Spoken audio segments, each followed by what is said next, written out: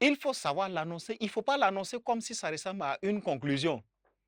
D'accord? L'examen de ce texte nous a permis de... Mais ce temps de conjugaison-là, il est dangereux. Il peut porter atteinte, n'est-ce pas, à la qualité, voilà, de la compréhension qu'on va avoir vis-à-vis de ce que tu es en train de dire. Mais, à la lecture de ce texte, il se manifeste la tristesse du personnage diversement. Ah, même si quelqu'un en présence physique avec toi, il est tenté de dire, mais tu te bases sur quoi pour dire qu'il y a la tristesse du personnage dans le texte? Ta démonstration commence. Vous voyez, c'est un peu cela, l'analyse littéraire. Parfois, par défaut de la bonne manière de dire, l'inspiration, l'idée qu'on a, on la livre, n'est-ce pas, dans un contexte où elle va souffrir. Cela dit, le plus important n'est pas de poser ou d'annoncer le premier centre d'intérêt. Lorsqu'on a fini de poser le premier centre d'intérêt, tenez-le pour dire, et ce, définitivement, pour toujours, le commentaire composé ne s'analyse pas de façon plate, de façon linéaire, de façon superficielle. C'est à ce moment qu'il faut poser, n'est-ce pas? Voilà, on pose dans le sens de, on annonce, n'est-ce pas, le premier sous, j'écris entièrement d'abord, sous-centre d'intérêt, le premier sous-centre d'intérêt pour analyser. Ah, voilà où il y a beaucoup de difficultés en commentaire composé. Si vous traitez un commentaire composé sans passer par des sous-centres, vous allez faire, sans vous rendre compte, la lecture expliquée qu'on fait en quatrième. Parce que vous serez en train de dire, l'adverbe tristement, n'est-ce pas, montre que l'auteur ou le personnage est triste. L'adjectif qualificatif triste montre que le personnage est triste. Le champ lexical de la tristesse montre, mais tout ça sont des vérités évidentes. Voilà. Et ça, quand on va arriver en classe de quatrième, voire en cinquième, pour des enfants qui aiment la lecture expliquée, si vous finissez de lire un texte avec eux et que vous leur demandez, donnez les mots qui montrent que le personnage est triste dans le texte, ils vont vous montrer des adverbes qui montrent qu'il est triste. Ce n'est pas un commentaire composé. La dimension qu'eux, ils ne peuvent pas avoir, c'est de passer par un sous-centre d'intérêt. Justement, qu'est-ce que c'est qu'un sous-centre d'intérêt? Comme vous l'avez compris, c'est une sorte de dérivé du centre d'intérêt. Le centre d'intérêt te demande de montrer quelqu'un triste. Peut-être que toi, tu vas chercher maintenant des sous-thèmes, des sous-ensembles ou des sous-mots, n'est-ce pas, qui englobent la tristesse. Si cet escalier-là n'est pas intercalé entre ce qui va venir pour la suite et votre centre d'intérêt, vous n'êtes pas en commentaire composé.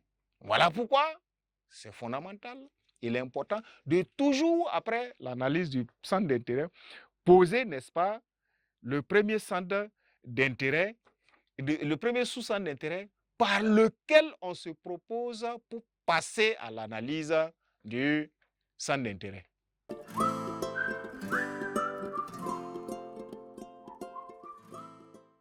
De sorte que, pour des aspects de mémoire, pour s'en souvenir, ou en tout cas pour se le rappeler, n'est-ce pas, vous allez dire que, alors, en abrégé, sous centre d'intérêt, entre parenthèses, SBACI, dès que vous voyez comme ça, c'est sous centre d'intérêt.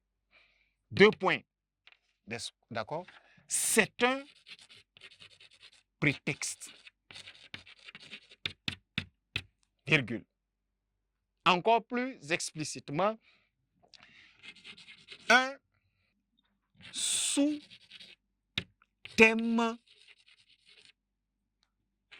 Alors, un sous-thème qu'on peut dériver d'un centre d'intérêt. Ah, voilà, qui est compliqué. Mais ne vous en faites pas. La recherche des sous-centres d'intérêt, c'est de l'inspiration personnelle. Car quand vous étudiez un texte, le centre d'intérêt est identique pour tout le monde. Il est homogène. Tout le monde va traiter le même centre d'intérêt sans passer par les mêmes sous-centres d'intérêt. On va prendre un exemple terre à terre tel que si vous avez un centre d'intérêt, on vous dit de démontrer le chaos dans un décor ou en tout cas après le passage d'un groupe de malfaiteurs ou d'assassins dans un village, d'accord, on vous demande de démontrer le chaos. Donc, je vais mettre comme ça exemple pour qu'on puisse se prédisposer à avoir de l'inspiration à détecter ou en tout cas à chercher ses sources d'intérêt. Un exemple, démontrer, n'est-ce pas, démontrer le chaos, je crois que c'est comme ça, d'accord. Pour démontrer le chaos, un sous-centre d'intérêt peut être, par exemple, si c'est le centre d'intérêt qui est là, vous pouvez avoir potentiellement pour sous-centre d'intérêt l'aspect physique de là où ils sont passés. D'accord? L'aspect physique dans l'espace. Le décor laissé après le passage. On va dire par exemple, le décor ou l'aspect physique du village. L'aspect physique du village. Ouais.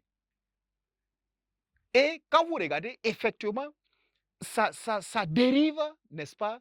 On démontre quoi? On démontre quelque chose, un chaos. Les rebelles sont passés dans un village ou les terroristes sont passés dans un village. Après, on vous demande de décrire le chaos. Parce que ce texte-là, votre commentaire composé va toucher la sensibilité de certains quelque part qui vont sentir la nécessité, voilà, d'agir pour sauver ce village ou pour sauver, en tout cas, le chaos dont le lieu qui a été, qui a affronté, qui a essuyé ce chaos-là. En ce moment, la valeur sociale, la valeur utilitaire de ton commentaire composé est ressortie. Mais pour l'essentiel, ce qu'il faut comprendre d'ici, quand vous attaquez au décor, vous allez montrer une végétation, un village, l'espace ruiné, les incendies par-ci, les cendres restant par-là, les cases saccagées, etc. N'est-ce pas?